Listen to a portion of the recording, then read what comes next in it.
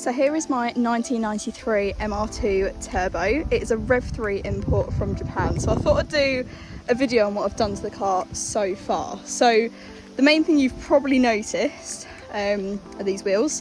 So we'll start on the exterior first. So I've got Enkei RPF ones.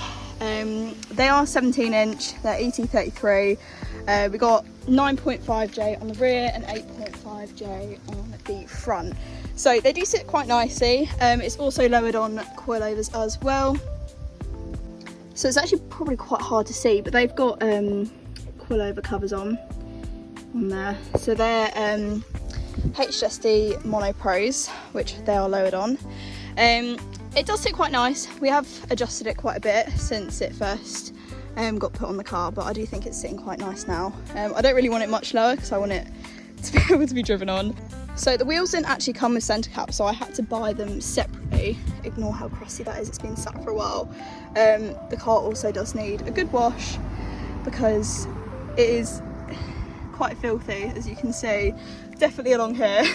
I have just driven along some country roads to get into this location, which is a really, really nice location. I just found it driving around. So this is your sign to just drive around and find nice locations like this.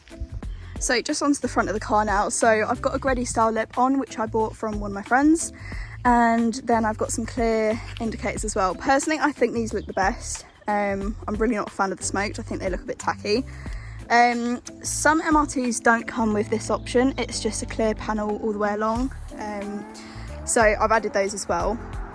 So this was the car the day I bought it home. You can see it looks a little bit different. So it's got those orange indicators that I was on about earlier.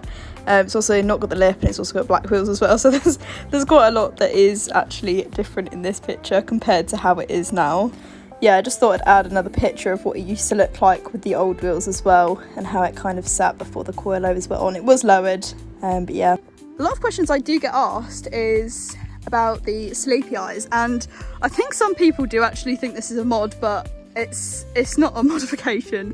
You just have to play around with the light switch. I'll show you. So yeah, coming into the car, you literally just flick that up and they come up, so you have to go all the way down and then sort of catch it as well. I mean, it takes some playing with. I don't always get it perfect the first time, but turn the key off as well. So yeah, if you balance it, that's sort of how they look like. You can make them obviously a little bit higher as well. Okay, so coming on to the inside of the car, I've got this harness bar as well. So that's from BB Classics. I did have to amend it slightly. There was a few issues with that, hence why it's a little bit warped. It did have to get modified a little bit because it didn't fit straight in. So the seats, they're Sparco Rev Bucket seats. I absolutely love these seats, but for a long journey, they're really not the comfiest. They are also on Brid seat rails as well, so I do prefer these. They do sit a little bit lower, but not as low as the ones I had before. I can't remember where I ordered those from, but I was literally sat on the floor and I could not see over the steering wheel, so I had to opt for these. I have got 6-point on this side, which, if this was a daily, I definitely wouldn't recommend, but seeing as I drive this car probably once a week, it's all right, I don't mind it. So on the other side of the car, I actually opted in to do a 4-point on this side, purely just because I don't really have any passengers ever in my car. So I just thought it's just for the looks, really. I wanted matching, so that's what we've done. The floor is quite messy, I do need to hoover that up. But overall, the interior of the car is actually really, really clean. I see some dashboards which are quite worn away. Obviously mine is quite dusty at the moment, so I do need to clean that. But overall, the interior in this car is really, really, really clean. I had to take the box out in the middle because the harness bar obviously wouldn't fit in. And I have also put a screen in the middle of the car as well, which I think is a really nice feature as well. So I have had this car about a year now. I've done quite a bit in that year. I am quite impatient, so I do just end up ordering stuff for it, but I think it's definitely turned out for the best. The car looks unreal now in my opinion, and I really like where it's sort of gone.